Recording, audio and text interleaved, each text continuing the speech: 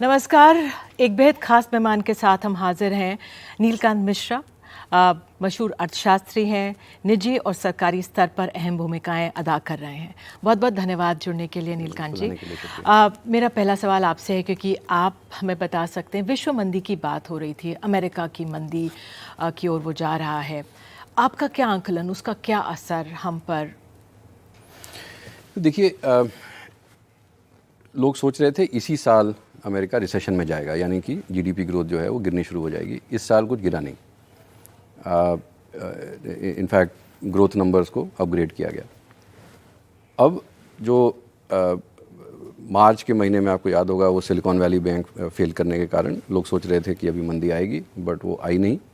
और वो सितंबर अंत तक आते आते लोगों को लगने लगा कि अब सॉफ्ट लैंडिंग हो जाएगी, यानी कि यूएस में इन्फ्लेशन कम हो जाएगा, इंटरेस्ट रेट्स कम हो जाएंगे और रिसेशन की ज़रूरत नहीं पड़ेगी। बट हमारी एनालिसिस ये बताती है कि इस साल यूएस का फिस्कल डेफिसिट 4% ऑफ जीडीपी से बढ़ गया है। यानी कि उनको $1 ट्रिलियन का फिस्कल डेफिसिट करना था, वो जो उनका वित्तीय वर्ष जो है वो 30 सितंबर को ख़त्म होता है, तो वित्तीय घाटा अब $2 ट्रिलियन हो गया है। तो अगर सरकार इतना ज़्यादा फिस्कल डेफिसिट करेगी तो रिसेशन तो आ ही नहीं सकता। अब मुश्किल ये है कि यूएस इकॉनमी के लिए कि अगर आप फिस्कल डेफिसिट बढ़ाते नहीं रहेंगे तो इकॉनमी को, आपकी ग्रोथ को आप सस्टेन नहीं कर सकते। तो अगले साल उन्होंने अगर फिस्कल डेफिसिट फ्लैट भी रखी, जो कि अपने आप में एक प्रॉब्लम है,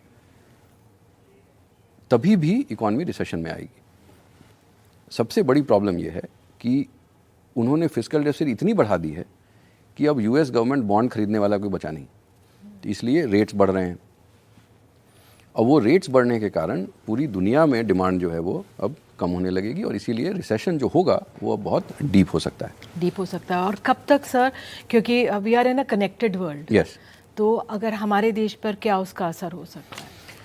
तो इसके 4 ज़रिए हैं या पाथवेज हैं जिससे कि हमारी इकॉनमी पे असर पड़ेगा।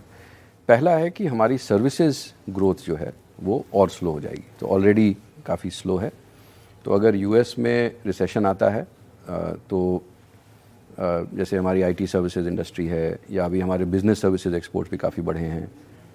बहुत सारे बड़े स्ट्रैटेजी कंसल्टेंट्स अब इंडिया में बैठ के काम करते हैं। तो सर्विसेज ग्रोथ अभी, और सर्विसेज एक्सपोर्ट्स इंडिया के लिए अब 10% ऑफ जीडीपी है। तो मान लीजिए कि वो 15 का 5 तो ऑलरेडी हो गया है। अगर वो 5 का -5 हो जाता है तो 1% जीडीपी ग्रोथ फिर और चला जाएगा। दूसरा जरिया है और दूसरा पाथवे है गुड्स एक्सपोर्ट्स की। दुनिया भर में फिर गुड्स की डिमांड और कम हो जाएगी। ऑलरेडी गुड्स डिमांड जो है, क्योंकि चीन का भी ख़राब कर रहा है, यूरोप में बहुत वीक डिमांड है, जापान में वीक डिमांड है। अगर अमेरिका की डिमांड जो अभी तक अबव ट्रेंड चल रही थी वो भी गिरनी शुरू हो जाएगी, तो हमारे एक्सपोर्ट्स, जो गुड्स एक्सपोर्ट्स हैं, वो भी गिरेंगे। और उससे भी बड़ा रिस्क है, जो तीसरा रिस्क है, वो है कि अब इंडिया में डंपिंग शुरू हो सकती है। कि देखिए, अगर दुनिया भर में केवल इंडिया ही एकमात्र इकॉनमी है जहाँ पे डिमांड थोड़ा रेजिलिएंट है, तो हर मैन्युफैक्चरर इंडिया में बेचना चाहेगा। तो इंडिया के मैन्युफैक्चरर्स जो हैं उनका कंपटीशन बहुत बढ़ जाएगा। जैसे अभी आपने देखा होगा बहुत सारे केमिकल्स में, जैसे एक VSF होता है, विस्कोस स्टेपल फाइबर, जो आर्टिफिशियल, वो जो टेक्सटाइल्स और एपरल जो नॉन कॉटन होते हैं उसमें जाता है, उसकी कंपनीज अब लॉसेस बना रही हैं बिकॉज वो चाइना से डंपिंग शुरू हो गई है। सो यही चीज़ अब मैन्युफैक्चर्ड गुड्स में भी हो सकता है। तो ये तीसरा प्रॉब्लम है। चौथा प्रॉब्लम है कि अगर यूएस रिसेशन में गया और वहाँ का जो यूएस गवर्नमेंट बॉन्ड पे जो यील्ड होता है, जो कितने कॉस्ट पे यूएस गवर्नमेंट बोरो कर रही है, उसको दुनिया भर का रिस्क फ्री रेट बोलते हैं। अगर यूएस गवर्नमेंट ही 4.5-5% पे बोरो करेगी, मैंने सुना कि कोई ऑस्ट्रेलियन बैंक ने एक हफ्ते पहले पैसे उठाए हैं करीब 12.5% पे, तो आप समझ सकते हैं कि बाकी की इकोनॉमीज़ का कॉस्ट ऑफ कैपिटल कितना बढ़ जाएगा। ऑलरेडी जो इंडिया के अच्छे बोरोवर्स हैं, जैसे बहुत नामी गिरामी स्टील कंपनीज़ हैं जिनको कि डॉलर लोन्स पहले आसानी से मिलते थे, पिछले 6-8 महीने में डॉलर लोन्स अवेलेबल ही नहीं है। तो इससे क्या होगा कि जो फाइनेंशियल मार्केट्स हैं, बॉन्ड मार्केट्स हैं, इक्विटी मार्केट्स हैं, उसमें बहुत ज़्यादा वॉलेटिलिटी आएगी। और ये जो क्रूड ऑयल है जो $100 के बैरल पर चल रहा है, वो अपने आप में उसका क्या ये अगर- असर हमारे पर, क्योंकि अब देखिए यूक्रेन रशिया की वॉर हुई, उसका तमाम असर वो, और प्लस फिर ये और एक चीज़ हुई है उसमें कि वो यूएस के जो स्ट्रेटेजिक पेट्रोलियम रिजर्व्स थे उन्होंने ड्रॉ डाउन किए थे कि ऑयल प्राइसेस को स्टेबलाइज करने के लिए, अब वो इतने कम हो गए हैं कि ऑयल मार्केट अब कह रहा है कि भाई अब दाम बढ़ाओ, क्योंकि अभी तो यूएस को अपना रिजर्व फिल करना पड़ेगा। बट मेरे हिसाब से अगर यूएस रिसेशन आता है, और आपने देखा होगा कि ऑयल प्राइसेस अभी पिछले 2-3 दिन में गिरने शुरू हो गए हैं, क्योंकि अब लोगों को रिसेशन का डर लगना शुरू हुआ है। तो अगर यूएस रिसेशन अगर से मई जून अगले साल आने वाला है, तो कमोडिटी मार्केट, स्टॉक मार्केट्स जो हैं वो 6 से 9 महीने पहले रिस्पॉन्ड करना शुरू करते हैं। तो अगर यूएस रिसेशन आता है और तो डिमांड कम होगी और ऑयल प्राइसेस जो हैं खुद ब खुद कम हो जाएंगे। अगर ऑयल 100 पे रहता है या और भी बढ़ जाता है, अगर 120 हो जाता है, तो हमारी इकॉनमी पे बहुत ज़ोर से असर पड़ता है। तो $1 पर बैरल इंडिया की इकॉनमी के लिए $1.5 बिलियन का साल का इम्पैक्ट होता है। तो अगर $25 पर बैरल से अगर तेल के दाम बढ़ते हैं तो करीब $40 बिलियन से इंडिया, आप समझ लें कि हम उतना ही तेल खरीद रहे हैं, बट अब हमें $40 बिलियन ज़्यादा देना पड़ रहा है। वो ऑब्वियसली किसी के हाथ से जाएगा। तो सर हम क्या तैयारी कर सकते हैं, व्हाट स्टेप्स या एनी सुझाव? तो आई थिंक ऐसे में आप देखें कि पिछले 3-4 साल में क्योंकि अगर हमारा फोकस मैक्रो इकोनॉमिक स्टेबिलिटी पे है, हमेशा एज इंडिविजुअल्स, एज कंपनीज, देश का भी होता है कि अगर हम थोड़ा रिस्क लें तो हम और ज़्यादा ग्रो कर सकते हैं, वर्सेस कि अगर हम अपने आप को स्टेबल रखें तो हम बहुत दिन तक ग्रो कर सकते हैं।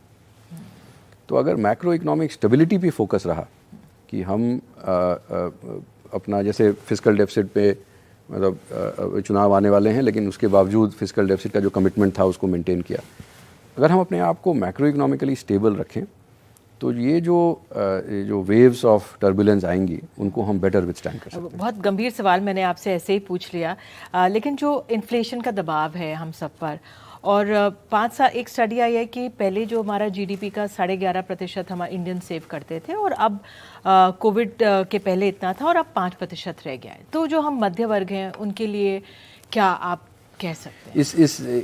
इन आंकड़ों में थोड़ा क्लैरिटी रहना बहुत ज़रूरी है। ये जो 11 का 5 हुआ है, ये नेट हाउस होल्ड सेविंग हुआ है। तो इसके 2 भाग होते हैं, एक होता है ग्रॉस हाउस होल्ड सेविंग और एक होता है house hold borrowing. Gross house hold saving जो है, जैसे हम आप अगर मान लीजिए 100 रुपये कमाते हैं, 60 रुपये खर्च करते हैं, तो 40 रुपये की सेविंग है। ये प्रपोर्शन जो है ये 11.2 का 10.8 हुआ है। तो इसमें ज़्यादा गिरावट नहीं आई है, और मेरे ख्याल से 10-11%, मेरे ख्याल से 12-13 होना चाहिए अगर सस्टेन ग्रोथ रखना है, बट इसमें कोई चिंता की बात नहीं। ये 11 का 6 इसलिए हुआ है कि जो हाउस होल्ड बोरोइंग है ये 5-6% से बढ़ गई है। अब ये क्यों बढ़ी है? क्योंकि 10 साल बाद हमारी हाउसिंग मार्केट फाइनली रिकवर कर रही है, तो मॉर्गेज डिमांड जो है वो बढ़ रहा है, तो हाउस होल्ड जो है बोरो करके अपने घर खरीद रहे हैं। इसमें क्या बुराई है? दूसरा, हमारा household debt to GDP जो है वो दुनिया में जितने भी बड़ी इकॉनमीज है उनके मुकाबले में बहुत छोटा है।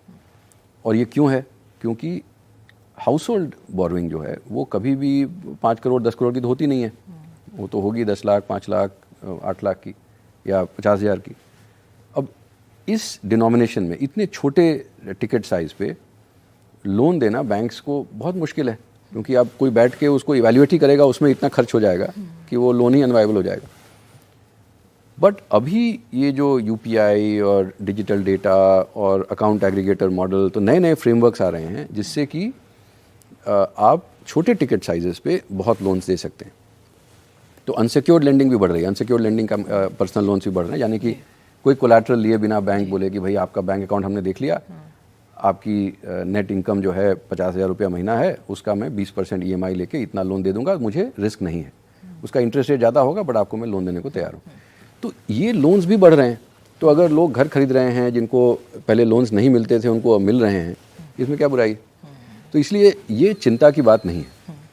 और आखिरी सवाल ये है कि एक मॉर्गन स्टैनली की रिपोर्ट आई थी कि इंडिया का, अगर हम चुनावों के बाद स्टेबल मार्केट होता है तो 10% हमारा मार्केट राइज करेगा, जो स्टॉक मार्केट है, और अगर वो हुआ तो 20 से 60% गिर सकता है अगर स्टेबल गवर्नमेंट ना आए। आपका क्या प्रोजेक्शन है सर अगले 6 महीने के लिए? ये इस तरह ये सोच जो है ये बहुत गलत है।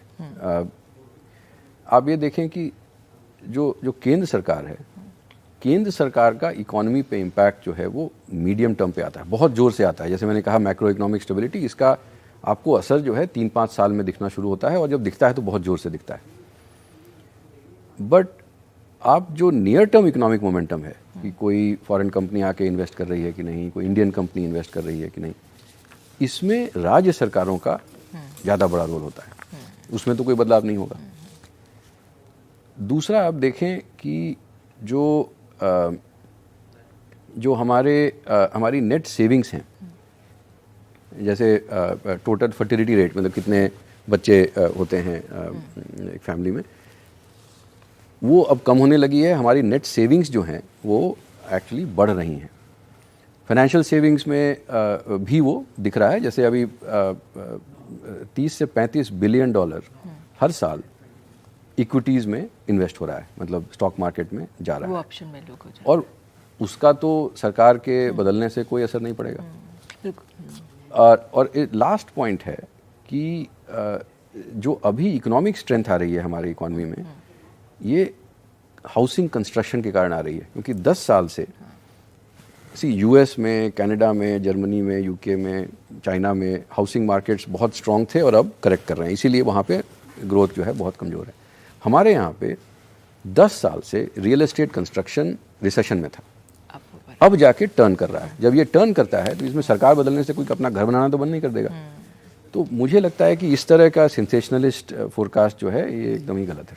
अंत में संक्षेप में क्लास, आप देशवासियों को या मिडिल क्लास आदमी है उसको क्या संदेश देना चाहेंगे इस समय सेविंग्स को लेकर, अपने घर के बजट को लेकर? लास्ट सवाल। देखिए, अगला 1 साल 1.5 साल जो है ग्लोबल इकॉनमी के लिए बहुत टर्बुलेंट होगा। अगर हमारी किस्मत अच्छी रही तो 1-1.5 साल ही रहेगा, 5 साल नहीं होगा। तो इसमें थोड़ा प्रिकॉशन रखना जो है वो बेटर होगा। बट अगर हम 5-7 साल अपनी इकॉनमी को देख रहे हैं तो आई थिंक बहुत ज़्यादा चिंता की ज़रूरत नहीं है, क्योंकि इंडिया की इकॉनमी का जो ट्रेजेक्ट्री है वो काफ़ी अभी अच्छी लग रही है। बहुत बहुत धन्यवाद नीलकांत मिश्रा जुड़ने के लिए, और एक बिल्कुल आम सादी भाषा में हमारे देशवासियों को अर्थव्यवस्था समझाने के लिए बहुत बहुत शुक्रिया। Thank you for inviting. और मुझे ये बताया जा रहा है कि ये तो हम बात कर रहे थे एशियन गेम्स की, लेकिन अब बात कर लेते हैं वनडे वर्ल्ड कप क्रिकेट जो हमारे देश में चल रहा है। 10 शहरों में इसका आयोजन हो रहा है, 48 मैचेस होंगे। तो होटल और आतिथ्य उद्योग की मौज एक तरह से आ गई है। कैसे, बता रही है हमारी सहयोगी साक्षी बजाज। अब क्रिकेट फैंस या जो वर्ल्ड कप का जोश है उसकी वजह से जो है भारत के हॉस्पिटैलिटी सेक्टर में काफ़ी मैसिव अपटिक देखा है। अब इंडस्ट्री एक्सपर्ट्स के अनुसार ये जो अप ट्रेंड हम देख रहे हैं वो सारे ही शहर में हो रहा है, सारे ही शहरों में जहाँ पे क्रिकेट टीम जो है इन भारत की प्ले करेंगी। मैच डे बुकिंग्स अगर हम देखें खाली अहमदाबाद में तो 200% का जो है वो राइज देखा है अकोमोडेशन बुकिंग्स में, अगर हम इसको अगस्त के डेटा से ही कंपेयर करें तो। और ये जो है एक्सपर्ट्स के अनुसार इंडिया वर्सेस पाकिस्तान का जो मैच है, जो सबसे एक्साइटिंग मैच जिसे कहा जाता है, जो फैंस जो हैं जिसकी इंतज़ार कर रहे हैं, काफ़ी जो है उसके लिए एक्साइटमेंट है, उसकी वजह से उनको लग रहा है कि ये हो रहा है। लेकिन धर्मशाला में भी 605% का अपटेक दिख रहा है रिजर्वेशंस में मैच डे पे, और लखनऊ में 50% का जो है मैच डेट्स पे, अगर हम खाली अगस्त से कंपेयर करें, ये सारे अपटेक दिख रहे हैं। अब एक्सपर्ट्स के अनुसार दिल्ली और चेन्नई जो हैं वहाँ पे भी काफ़ी ग्रोथ दिखने वाली है, और उसका डेटा जो है वो भी काफ़ी अच्छा आने वाला है। और एक और इंटरेस्टिंग ट्रेंड जो हम कह रहे हैं वो आ रहा है कि जो होम स्टेज हैं, यानी कि घर में रहने का जो है वो जो है सारे ही शहरों में जहाँ पे मैचेस होस्ट हो रहे हैं वहाँ पे जो है काफ़ी सुधार दिख रहा है, काफ़ी अपटेक दिख रहा है। अब एक्सपर्ट्स के अनुसार ये इसीलिए हो रहा है कि याद रखिए जो क्रिकेट फैंस हैं जैसे कि आप सब, वहाँ पे वो ऑल्टरनेट ऑप्शंस देख रहे हैं रहने के लिए। काफ़ी सारे क्रिकेट फैंस याद रखिए काफ़ी बड़े ग्रुप में जाते हैं, और इसीलिए वो होटल के बदले होम स्टेज को भी देख रहे हैं।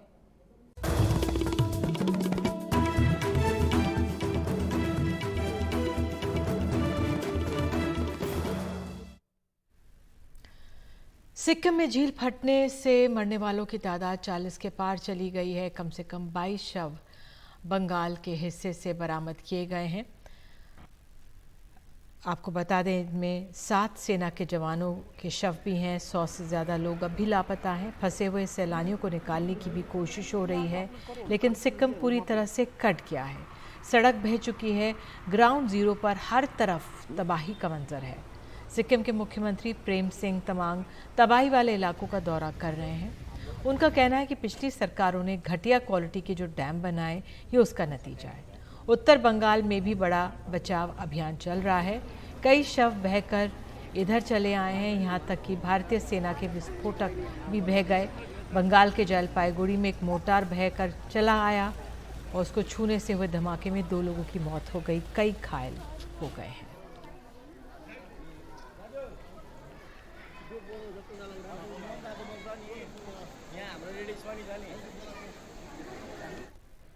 उधर नांदेड़ के सरकारी अस्पताल में नवजात बच्चों की मौत का सिलसिला रुकने का नाम नहीं ले रहा। अब तक 55 मरीजों की मौत हो चुकी है। 48 घंटे के 31 मरीजों की मौत के बाद सरकार द्वारा गठित की गई जांच की रिपोर्ट 5 दिनों के बाद भी सरकार के पास नहीं पहुंची है। और इस बीच बॉम्बे हाईकोर्ट ने नांदेड़ घटना पर सो मोटो सुनवाई में सरकार को फटकार लगाते हुए 2 सप्ताह में हलफनामा दायर करने को कहा है। उधर उद्धव ठाकरे ने मामले की सीबीआई जांच की मांग की है। नांदेड़ के शंकरराव चौहान मेडिकल कॉलेज में बीते 5 दिनों में 55 मरीजों की मौत हो चुकी है। यहाँ की बदहाली की ढेर सारी तस्वीरें सामने आने के बाद बनी समिति की रिपोर्ट अब तक नहीं आई है। विपक्ष का आरोप है कि राज्य सरकार इस मामले में संजीदा नहीं है। मरीजों की मौत के लिए राज्य सरकार का भ्रष्टाचार जिम्मेदार है। उद्धव ठाकरे ने इस मामले में सीबीआई जांच की मांग की है। असलियत तो यही है कि खुलेआम भ्रष्टाचार चल रहा है। अब तो जो न्यूज आई है, विदाउट टेंडर वो दवाइयाँ खरीदने जा रहे हैं। मंत्री तो कहते हैं कि हर जगह अभी दवाइयाँ हैं, दवाइयों की कमी नहीं है, लेकिन सच्चाई यही है जिसकी असलियत जो है आपके माध्यम से सब पूरी दुनिया देख रही है।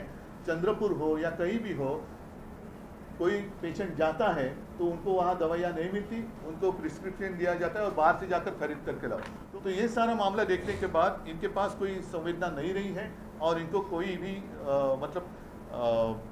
सरकार चलाने का अधिकार नहीं है। सारे लोगों ने, एक तो मैं कहता हूँ सरकार ने इस्तीफा देना चाहिए, अगर नहीं तो दोनों जो आरोग्य मंत्री है उन्होंने इस्तीफा देना चाहिए। हाईकोर्ट में फटकार और ये जो सब कुछ हुआ है तो उसकी सीबीआई जांच होनी चाहिए। उधर बॉम्बे हाईकोर्ट ने घटना के बाद सू मोटो सुनवाई करते हुए सरकार को जमकर फटकार लगाई। कोर्ट ने सरकार से पिछले 6 महीने में अस्पतालों में दवाओं की मांग और आपूर्ति की जानकारी मांगी है। 2 हफ्तों के भीतर हलफनामा दायर करने के भी आदेश दिए हैं। नांदेड़ सरकारी अस्पताल में मरीजों की मौत मामले में राज्य सरकार ने आज बॉम्बे हाईकोर्ट में अपनी सफाई देने की कोशिश की, लेकिन अदालत जो है कहीं संतुष्ट नहीं दिखी। चीफ जस्टिस देवेंद्र उपाध्याय ने लंबी सुनवाई के बाद आदेश दिया कि जो दोनों संबंधित विभाग हैं, मेडिकल एजुकेशन एंड ड्रग्स और पब्लिक हेल्थ, दोनों हलफनामा दायर करें और उसमें ये बताएं कि पिछले 6 महीने में उन्होंने जो रिक्त पद हैं उनके भरने के लिए क्या प्रक्रिया अपनाई है और साथ ही दवाइयों और उपकरणों की जो मांग है उसकी आपूर्ति के लिए क्या किया है। दोनों को 2 सप्ताह के भीतर अपना हलफनामा दायर करना है और फिर अगली सुनवाई 30 अक्टूबर को तय की गई है। दवाओं की खरीदी भी सवालों के घेरे में है। टेंडर प्रक्रिया में होने वाली देरी को टालने के लिए सरकार ने नया प्राधिकरण बनाया है, लेकिन अब तक प्राधिकरण दवाओं की खरीदी के लिए रेट कार्ड तक तैयार नहीं कर सका है। शिंदे सरकार को न केवल दवाओं की आपूर्ति बल्कि अस्पतालों में मनुष्य बल की कमी के मसले को भी जल्द हल करना होगा, तभी अस्पतालों के बिगड़े स्वास्थ्य को सुधारा जा सकता है। मुंबई से सुनील सिंह और मेरे कैमरा पर्सन राजेंद्र दयालकर के साथ रौनक कुकड़े, एनडीटीवी इंडिया के लिए। मध्य प्रदेश के 1.5 लाख से ज्यादा नर्सिंग स्टूडेंट्स के भविष्य पर संकट मंडरा रहा है। हालात ये हैं कि जिन छात्रों को अब तक डिग्री मिल जानी चाहिए थी, वो पहले साल की परीक्षा का ही इंतजार कर रहे हैं। दरअसल कोरोना काल में जब इन कागजी कॉलेजों से बेड अस्पताल से मंगाए गए तो 34 कॉलेज ने खुद कहा कि उनकी मान्यता को निरस्त कर दिया जाए। सबसे पहले ग्वालियर में 70 कॉलेज बंद हुए जो अपात्र थे। सवाल ये कि कॉलेज बनने के बाद स्थानीय प्रशासन और शासन को लेकर नर्सिंग काउंसलिंग निरीक्षण करता है, सब कुछ स्थापित करता है, फिर मेडिकल यूनिवर्सिटी में आवेदन करते हैं, फिर वहां से मान्यता मिलती है। ऐसे में इतना बड़ा फर्जीवाड़ा कैसे हुआ? हालांकि इस मामले में हाई कोर्ट ने मामले में सीबीआई जांच के आदेश दिए हैं जो अभी जारी है। और जानकारी अनुराग द्वारी से।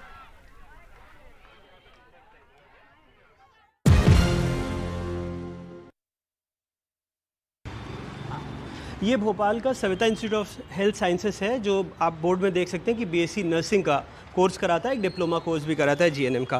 मैं अपने कैमरा सहयोगी से कहूँगा, आप देखिए ये एक फ्लैट नुमा है। यहाँ पर फिलहाल लिखा गया है कि जो ऑफिस बंद पाए जाने पर इन नंबरों से संपर्क करें। तो पहले नंबर से हमने संपर्क किया जहाँ पर प्रकाश मिले, जो यहाँ पर फैकल्टी हैं। 2015-16 से इसका सेशन है, आप कॉलेज का बोर्ड देख सकते हैं। और फिर आगे आपको दिखाते हैं अपने कैमरा सहयोगी के साथ कि इस तरह के नर्सिंग कॉलेजेस जिसको लेकर मध्य प्रदेश में जो पूरी चिकित्सा शिक्षा व्यवस्था है उस पर सवाल उठ रहे हैं।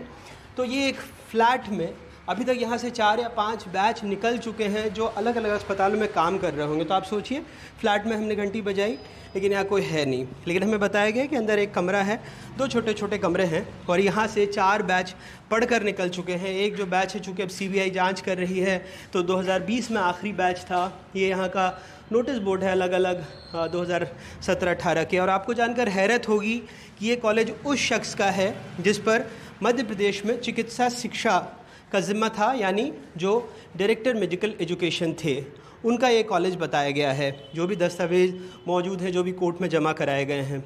तो ऐसे एक कमरे के फ्लैट में, क्योंकि जो नियम है उसके मुताबिक लगभग 23,000 से ज़्यादा स्क्वायर फीट की जगह होनी चाहिए, लैब होने चाहिए, अस्पताल होना चाहिए, हॉस्टल होना चाहिए, मेस होना चाहिए, लाइब्रेरी होनी चाहिए, क्योंकि नर्सिंग के छात्र छात्राएँ हैं।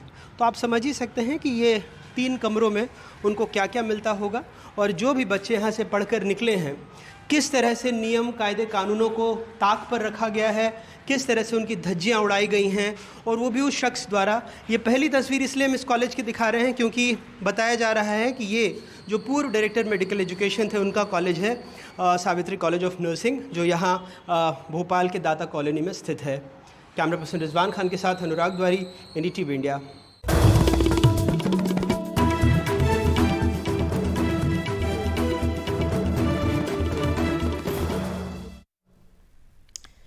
देश की बात में बात अब चुनावों की। छत्तीसगढ़ में धुआंधार चुनाव प्रचार करेंगे प्रधानमंत्री नरेंद्र मोदी। छत्तीसगढ़ में प्रधानमंत्री की कम से कम 5 चुनावी रैलियां होंगी। प्रदेश के हर संभाग में एक रैली होगी। पार्टी की कोशिश है कि प्रधानमंत्री की रैलियों से प्रदेश के सभी विधानसभा क्षेत्रों को कवर किया जाए। बीजेपी ने छत्तीसगढ़ में किसी को चेहरा नहीं बनाया। बीजेपी नेताओं के मुताबिक प्रधानमंत्री मोदी और गृह मंत्री अमित शाह के बाद सबसे अधिक मांग उत्तर प्रदेश के मुख्यमंत्री योगी आदित्यनाथ की है और उत्तर प्रदेश के मुख्यमंत्री भी जमकर प्रचार करेंगे। बीजेपी मध्य प्रदेश की ही तरह छत्तीसगढ़ में भी उतार रही है केंद्रीय मंत्रियों और सांसदों को प्रचार। उधर बीते 15 दिनों में कांग्रेस महासचिव प्रियंका गांधी दूसरी बार छत्तीसगढ़ पहुंची हैं। कांकेर में उन्होंने कहा है कि भाजपा के वक्त हिंसा का राज था, लोग यहां आने से डरते थे। कांग्रेस ने ये हालात सुधारे हैं। भाजपा के राज में क्या था, मेरे से अच्छी तरह आप जानते हैं। हिंसा का राज था, लोग यहां आने से डरते थे। निर्दोष आदिवासी भाई बहनों को जेल में डाल दिया जाता था। हर तरफ हिंसा, भय और उत्पीड़न था। आज कांग्रेस की सरकार ने खूब परिश्रम करके 5 सालों के अंदर अंदर आपको उस हिंसा की जाल से निकाला है और आपको प्रगति का रास्ता दिखाया है, जिससे आपकी एक एक महिला, एक एक आपका परिवार, एक एक बच्चा, उसका फायदा हो रहा है। और चुनावी दिनों में तेलंगाना सरकार ने ब्रेकफास्ट स्कीम लॉन्च की है। वो क्या है, इस स्कीम के बारे में ज्यादा जानकारी दे रही है हमारी सहयोगी उमा सुधीर। बच्चों के लिए सुबह का नाश्ता, यही केसीआर की सरकार, बीआरएस की सरकार ने शुरू किया है। दशहरा का गिफ्ट की तरह से अनाउंस किया था मुख्यमंत्री के चंद्रशेखर राव ने। जैसे आप देख सकते हैं, launching of the chief ministers breakfast scheme, किस दिन क्या मिलेगा ये पूरा मेनू अब बना हुआ है ऑलरेडी। और क्योंकि ये एक स्कीम है जो 20 लाख बच्चों को जो गवर्नमेंट स्कूल में है 1 से 10वीं तक, उन सबको इसका लाभ पहुंचेगा। बच्चों को जैसे आप देख सकते हैं, इडली है, पूरी है, कुछ हलवा भी है आज के दिन के लिए। और खुश हैं आप ये खाते हुए? क्या नाम है आपका और इससे क्या बेनिफिट होगा बच्चों को? इससे हमें अच्छा न्यूट्रिशन मिलेगा, हम सभी सेहतमंद होंगे इससे। What is your name? मेरा नाम सादिया है। ओके। क्या वैसे बच्चे, माना जाता है कि बहुत सारे बच्चों के शायद माँ बाप भी काम पे जाते होंगे और बनाने का वक्त नहीं मिलता होगा मम्मियों को, क्या ऐसा भी होता है आपके घर में? क्या है, ऐसा है क्या आपके फ्रेंड्स के घर में ऐसा देखा गया? में तो ऐसा नहीं है, पर उतना अच्छे से जल्दी नहीं बन पाता है अच्छा न्यूट्रिशन वाला खाना। तो हमारे स्कूल में अच्छा खाना मिलता है तो हम अच्छे से खा सकते हैं यहाँ पर। सबके लिए फ़ायदा ही है। हाँ, तो बच्चे खुशी हैं क्योंकि अच्छा ब्रेकफास्ट अगर मिलेगा तो ड्रॉप आउट रेट कम रहेगा और बच्चों की अटेंडेंस भी बढ़ जाएगी। मिनिस्टर के टी रामाराव बच्चों के साथ अपना नाश्ता करते हुए, और यही लॉन्च है इस स्कीम का। इसके लिए अलग जो बजट लगाया गया है उससे भी खुश होंगी माँ और फैमिलीज़ भी, क्योंकि उनको लगता है कि इससे बच्चों के न्यूट्रिशन में काफ़ी फ़र्क आएगा। हैदराबाद से कैमरा पर्सन नागराजू के साथ उमा सुधीर, एनडीटीवी इंडिया के लिए।